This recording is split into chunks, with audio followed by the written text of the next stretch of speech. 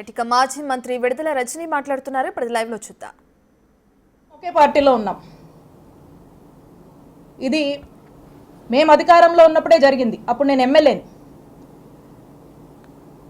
అప్పుడు జరిగినటువంటి విషయము నేను ఏ రోజు కూడా ఈ విషయాన్ని చెప్పే పరిస్థితి నాకు రాకూడదని నా మనసులో ఎప్పుడు అనుకుంటూ ఉండేదాన్ని.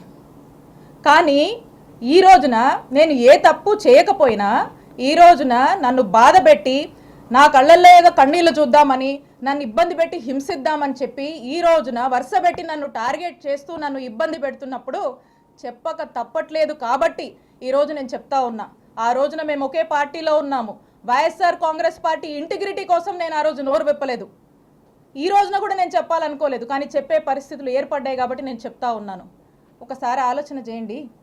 ఒకే పార్టీకి సంబంధించినటువంటి ఎంపీ, అక్కడున్నటువంటి ఒక బీసీ మహిళ, ఒక ఎమ్మెల్యే మీద కాల్ డేటా తీస్తారండి? కాల్ డేటా అనేది ఒక వ్యక్తి ప్రైవసీకి సంబంధించినటువంటి విషయం. నా ప్రైవసీ అంటే నా జీవితం, నా వ్యక్తిగత జీవితంలోకి రావాలనేటువంటి ఎందుకంత నీచపు ఆలోచన వారికి వచ్చిందో నాకు తెలీదు. నేను ఒక్కసారి అడుగుతా ఉన్నాను, ఈ రాష్ట్రంలో ఇంతమంది అన్నల్ని తమ్ముళ్ళు ఉన్నారు. వాళ్ళని నేను అడుగుతా ఉన్నా, ఒక్కసారి ఆలోచన చేయండి. మీ ఇంట్లో ఒక ఆడపిల్ల ఉంటే మీ భార్య అయినా, మీ చెల్లి అయినా, మీ అక్క అయినా, మీ ఇంట్లో ఉండే ఆడవాళ్ళ కాల్ డేటా ఎవరన్నా తీస్తే ఏంటండి మీకు ఎంత బాధ అనిపిస్తుందండి? మీకు ఎంత కడుపు కాలుద్దండి? అలాగే మీరు కాల్ డేటా తీసినప్పుడు నా కుటుంబ సభ్యులు కూడా అలాగే ఫీల్ అయ్యారు. ఇంత నీచుడా కృష్ణదేవరాయలు అని చెప్పి అందరూ ఫీల్ అయ్యారు. ఇది మా అధిష్టానానికి తెలుసు, మా పార్టీలో ఉన్నటువంటి పెద్దలకు తెలుసు, అప్పట్లో ఉన్నటువంటి మా పోలీస్ అధికారులకు కూడా తెలుసు. కానీ ఎప్పుడు బహిరంగంగా ఈ విషయాన్ని నేను బయటికి చెప్పే ప్రయత్నం చేయలేదు. ఇది జరిగినప్పుడు మా నాయకుడు జగన్మోహన్ రెడ్డి గారికి ఇంత మీన్ మెంటాలిటీ ఉన్నటువంటి ఈ వ్యక్తి ఈ విధంగా నన్ను ఇబ్బంది పెట్టి ఈ విధంగా చేశాడు అని చెప్పి, కాల్ డేటాలు తీస్తాడా అని చెప్పి నేను మా ముఖ్యమంత్రి గారికి షేర్ చేసుకున్నప్పుడు 4 గోడల మధ్య జరిగినటువంటి విషయం. మా ముఖ్యమంత్రి గారు మహిళా పక్షపాతి, మహిళలంటే ఎంతో గౌరవం, 2 ఆడపిల్లల తండ్రి. ఆ ఇంట్లో ఆ 2 ఆడపిల్లలకు ఎవరికైనా ఒక మహిళకు జరిగితే వాళ్ళ ఇంట్లో మనుషులకు ఎలా జరిగితే ఎలా మనం బాధపడతాం, మన విషయంలో మనం ఎలా బాధపడతామో నా విషయంలో కూడా మా నాయకుడు జగన్మోహన్ రెడ్డి గారు ఆ రోజు అంతే బాధపడి ఇమీడియట్గా అక్కడ ఉన్నటువంటి ప్రభుత్వ అధికారులకు, పోలీస్ అధికారులకు ఇన్స్ట్రక్షన్ ఇచ్చి ఇమీడియట్గా నెసరీ యాక్షన్ తీసుకోమన్నారు. ఇమీడియట్గా నిమిషాల్లో ఆ రోజు ఇక్కడ పనిచేసినటువంటి డిఎస్పీని, ఇక్కడ ఉన్నటువంటి సిఐని పిలిచి పోలీస్ అధికారులు మాట్లాడితే ఆ పోలీసులు ఏం స్టేట్మెంట్ ఇచ్చారండి? Upon the pressure of honourable MP Narasaraopet Lavu Krishnadevarayalu, upon he's instructions మేము ఇది తీయాల్సి వచ్చింది అని చెప్పారు. నిమిషాల్లో సస్పెండ్ అయ్యారు ఆ పోలీసులు. ఇది చాలా మందికి తెలుసు. ఇదేదో వీళ్ళేదో కట్టుకదల్లి నా మీద ఏమాత్రం కూడా పస లేకుండా, సబ్స్టెన్స్ లేకుండా నా మీద ఏదో కేసు పెడితే నేను మాట్లాడట్లేదండి. నేను ఇదిగోండి ఆ ఎఫ్ఐఆర్ కాపీ కూడా ఉంది. మా నంబర్ల మీద తీసినటువంటి ఎఫ్ఐఆర్ కాపీ ఇది కూడా ఉంది, ఎవిడెన్స్. అక్కడున్నటువంటి డిఎస్పీ, అక్కడున్నటువంటి సిఐ సస్పెండ్ అయ్యారు. అది అందరికీ తెలుసు. నేనేదో మీలా కట్టు కదలల్లి ఏదో మాటలు చెప్దామని రాలా. ఇది ఇంత నీచమైన నిజస్వరూపం లావు కృష్ణదేవరాయది.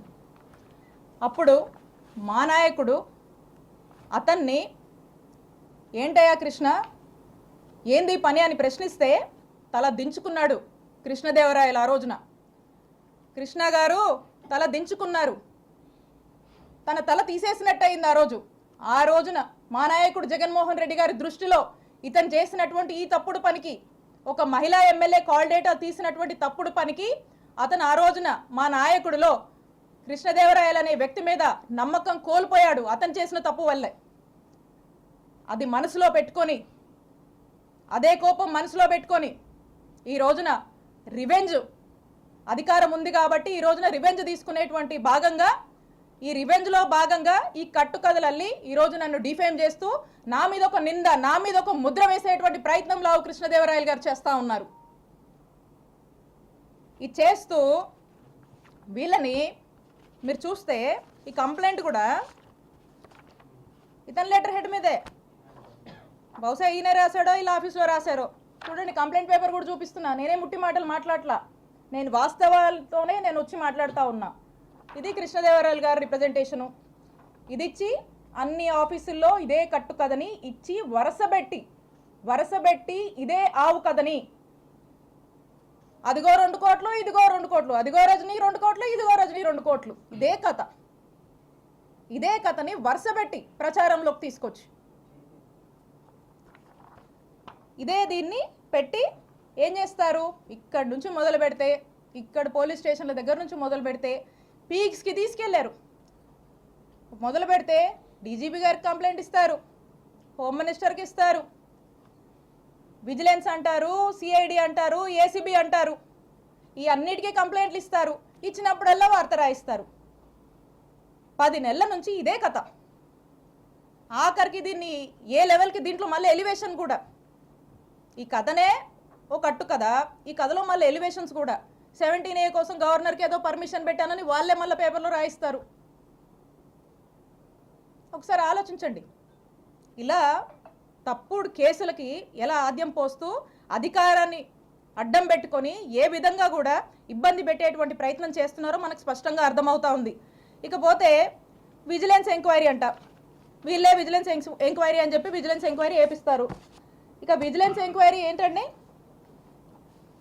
విజిలెన్స్ ఎంక్వైరీ మీరు చూస్తే వైజాగ్లో ఒక ఎమ్మెల్సీ గారు ఉన్నారు, దువ్వవరపు రామారావు గారు.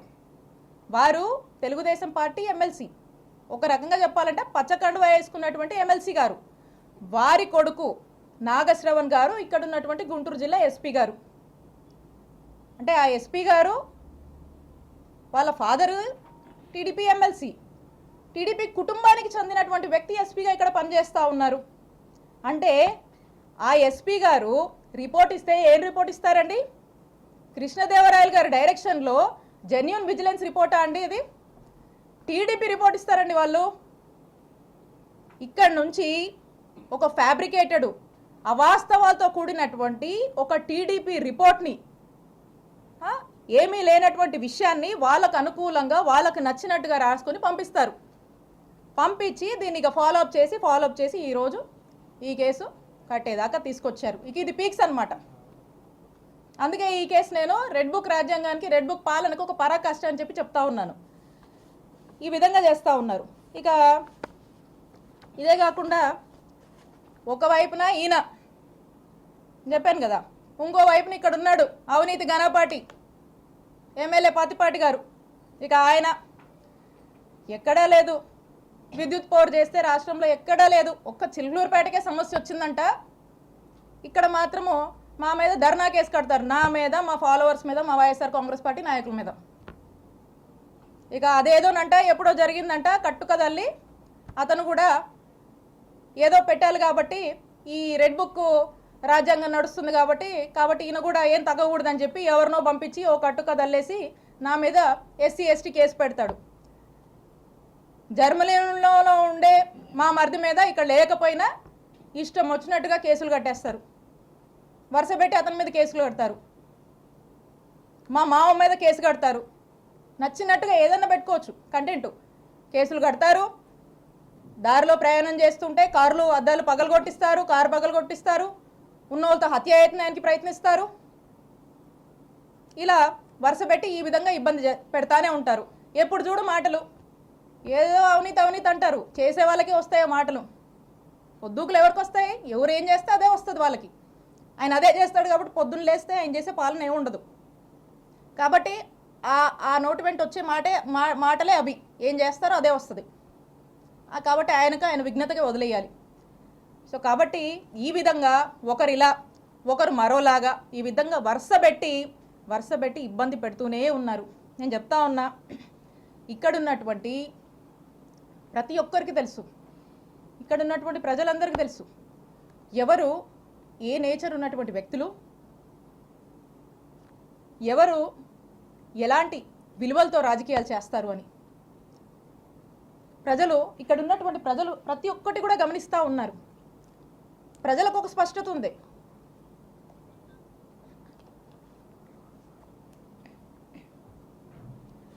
ఇక వీళ్ళకు పొద్దుపోక ఇలా నన్ను టార్గెట్ చేస్తూ వరుసపెట్టి ఇబ్బందులకు గురి చేసి ఏదో నా కళ్ళల్లో భయం చూద్దాం అనుకుంటున్నారేమో. నాకు బాధేస్తుంది ఎప్పుడు తెలుసా, అవతలోడి కళ్ళల్లో అవతలోడు ఏదైనా పెయిన్లో ఉండి నా దగ్గరకు వస్తే బాధేస్తుంది. అప్పుడు ఏదైనా కళ్ళెంబడి నీళ్ళు రావచ్చేమో అవతలోడు బాధ చూస్తే. కానీ నీలాంటి వాళ్ళు భయపెట్టాలంటే నాకేం బాధ అనిపించదు, నాకు భయం అస్సలు అనిపించదు నీలాంటి వాళ్ళు భయపెట్టాలని చూస్తే. మీకు రాజకీయాలు ఎందుకు అవసరమో చెప్పనా. ఒకటి, రత్తయ్య గారు అంటే నాకు చాలా అభిమానం. ఆయన చాలా కష్టపడి ఈ స్థాయికి వచ్చాడు. ఎంతోమందికి ఒక విద్యా సంస్థలు పెట్టి ఎంతోమందికి విద్యాబుద్ధులు నేర్పించినటువంటి వ్యక్తిగా ఈ ప్రాంతం ప్రజలు ఆయన్ని గౌరవిస్తారు. నాకు అదే గౌరవం ఉంది. కానీ అన్ఫార్చునేట్లీ ఈరోజు వారి కొడుకు గురించి ఇన్ని నిజాలు ఆయన తప్పు చేశాడు కాబట్టి ఇవన్నీ నేను బయట పెట్టాల్సి వస్తుంది. సో కృష్ణదేవరాయలు గారికి రాజకీయాలంటే ఈ రాజకీయాల వల్ల వాళ్ళకి లబ్ధి జరుగుతుంది కాబట్టి ఆయనకు రాజకీయాలు కావాలి. కానీ విడుదల రజనీకి అట్లా కాదు. ఎందుకంటే నేను నిజాయితీగా ప్రజలకు సేవ చేయడానికి రాజకీయాల్లోకి వచ్చాను. రాజకీయాల వల్ల నా రూపాయి నా ఆస్తులే నేను కోల్పోయాను తప్పితే నేను రాజకీయాల వల్ల ప్రజల వల్ల రాజకీయం వల్ల ఏదో లబ్ధి పొందాలనే ఉద్దేశంతో నేను రాలా. నాకు అవసరం లేదు కూడా, బై గాడ్స్ గ్రేస్.